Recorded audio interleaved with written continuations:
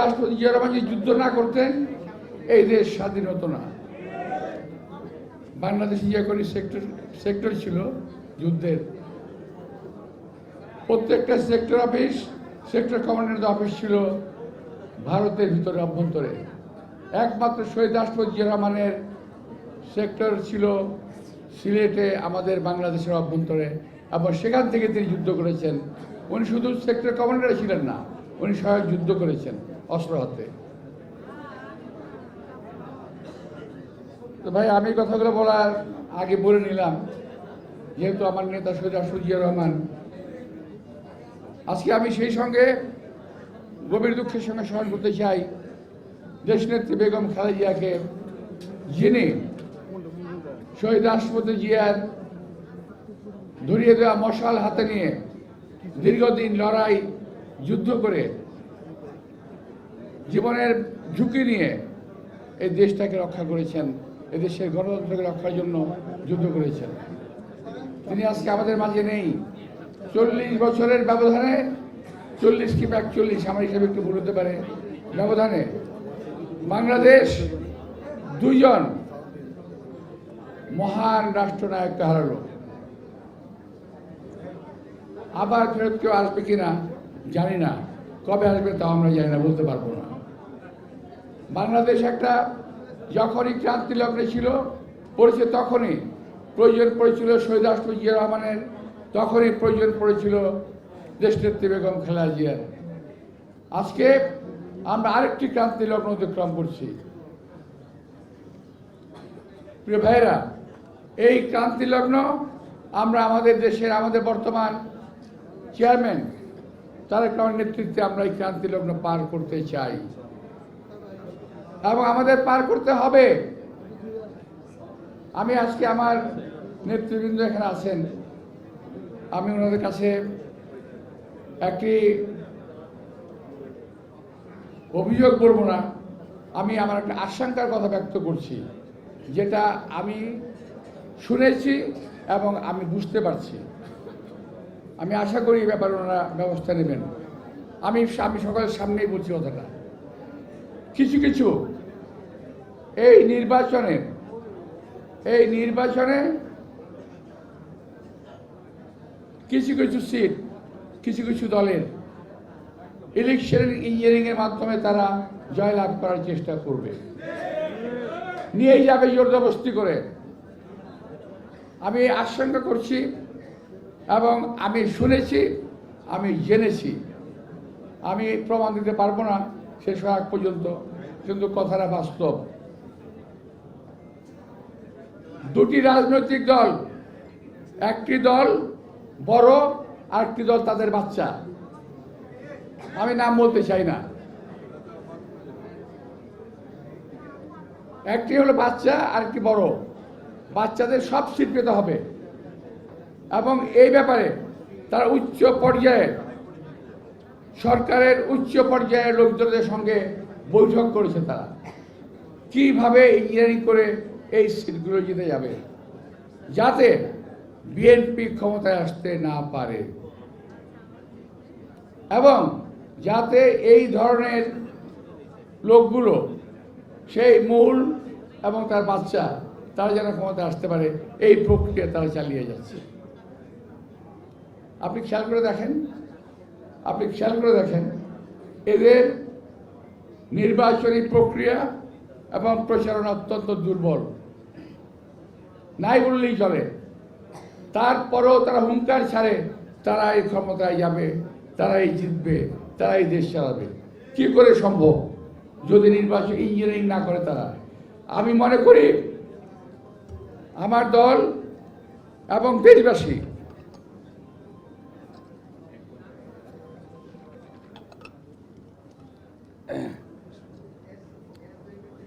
এটা বিশেষভাবে নজর দেবেন। আমাদের নেতা এবং কর্মীরা বিশেষভাবে নজর দেবেন কোন রকম ইঞ্জিনিয়ারিং করতে যেন না পারে। আজকে এখানে আমাদের নির্বাচন পরিচালনা কমিটির আহ্বায়ক সাহেব রয়েছেন, আমার শ্রদ্ধেয় নেতা নজরুল ইসলাম খান আছেন, আমাদের পার্টির সেক্রেটারি জেনারেল মির্জা ফখরুল ইসলাম আলমগীর। আমি ওনাদের কাছে বলবো, আমার এই কথাগুলোকে দয়া করে অবজ্ঞা করবেন না, কাজে লাগবে। যদি কথাটা শোনেন কাজে লাগবে, না শুনলে কিন্তু ক্ষতি হয়ে যাওয়ার সম্ভাবনা আছে। আমি তো সিরিয়াসলি কথাটা বললাম।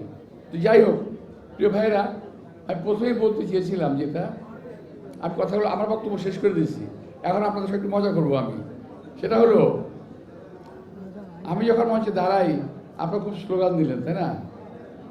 পৃথিবীতে সবচেয়ে সহজ কাজ সমাবেশ এবং স্লোগান দেওয়া, সবচেয়ে সহজ কাজ। সবচেয়ে কঠিন কাজ কোনটা? নির্বাচনে জয়লাভ করা। আমি যদি এখন প্রশ্ন করি যে আমার এলাকার অনেক লোক এখানে আছেন, আমি জানি, আপনার কোনো উত্তর দেওয়ার দরকার নাই, আমি শুধু বলবো আর কি, শুনে যাই। আমি প্রশ্ন করি, আপনার কটা বাড়িতে গেছেন, কটা ভোট চেয়েছেন, বলতে পারবেন না। আমি জানি এটা, আমি বাসা থেকে মিটিং করেছি।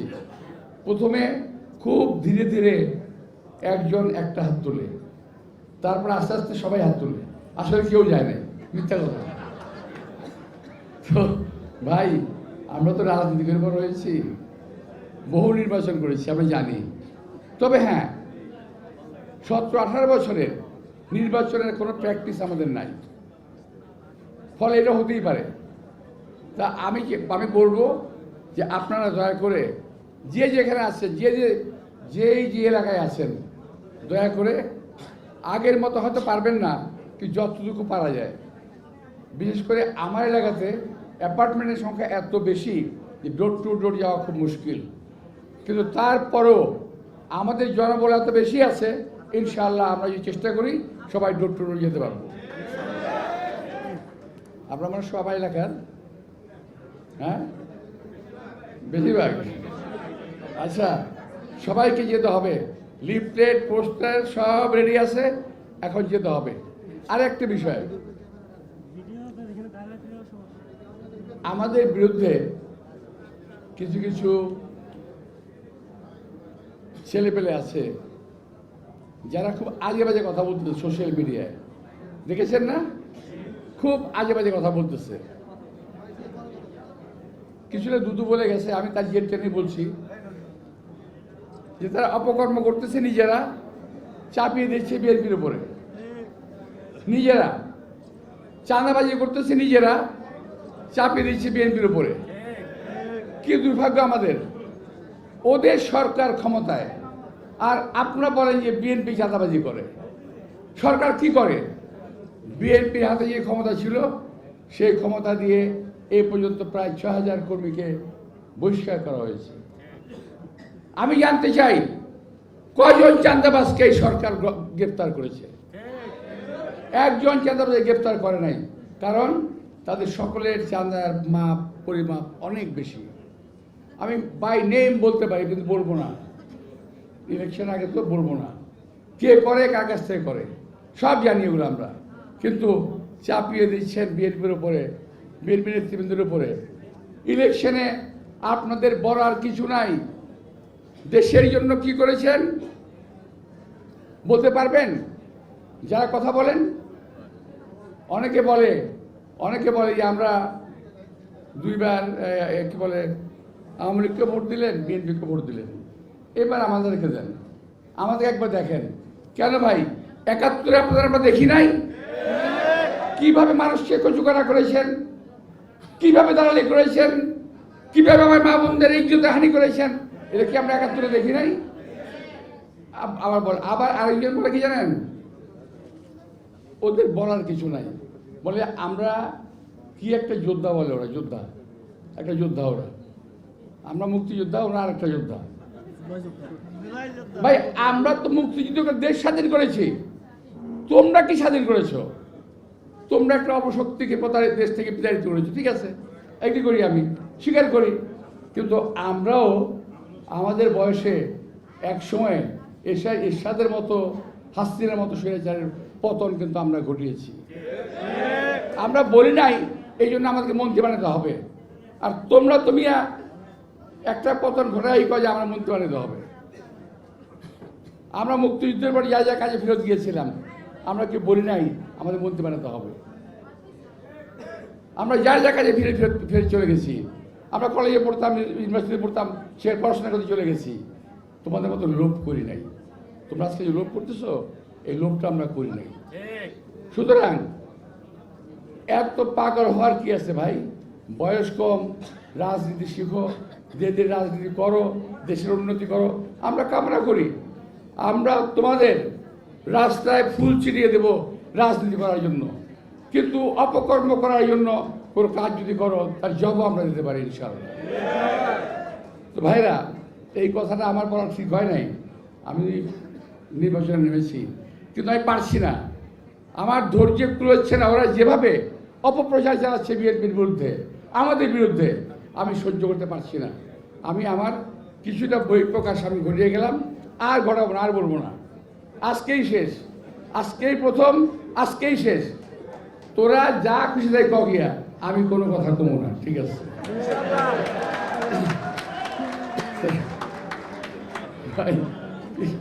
আমার আর যাই হোক, আমার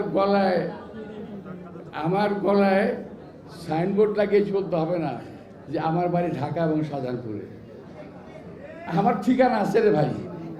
যারা ঠিকানাবিহীন তারা বলেন আমার বাড়ির মুখ জায়গায়, আমার বাড়ির মুখ জায়গায়। আমি ঠিকানাবিহীন লোক নই, এটা মাথায় রাখতে হবে। আমি এই দেশের একজন কর্মী। এই দেশকে স্বাধীন করা থেকে শুরু করে এই দেশের স্বাধীনতা সার্বভৌমত্ব রক্ষা করার জন্য যা করা দরকার সব কিছু করছি, এবং জীবনের শেষ মুহূর্ত পর্যন্ত করবো ইনশাআল্লাহ। তবে এই দেশকে কোনো প্রতারকদের হাতে, কোনো ধান্দাবাজের হাতে, কোনো কসাইদের হাতে এই দলটাকে আমরা পড়তে দেবো, এই দেশটাকে পড়তে আমরা দেবো না। শহীদ রাষ্ট্রপতি জিয়াউর রহমান যা শিখিয়ে গেছেন, দেশনেত্রী বেগম খালেদা জিয়া যা শিখিয়ে গেছেন, ইনশাআল্লাহ সেই পথ ধরে আমরা এগিয়ে যাব। এই বাংলাদেশকে আমরা এগিয়ে নিয়ে যাব। আপনাদের সবাইকে আন্তরিক ধন্যবাদ। আল্লাহ হাফেজ।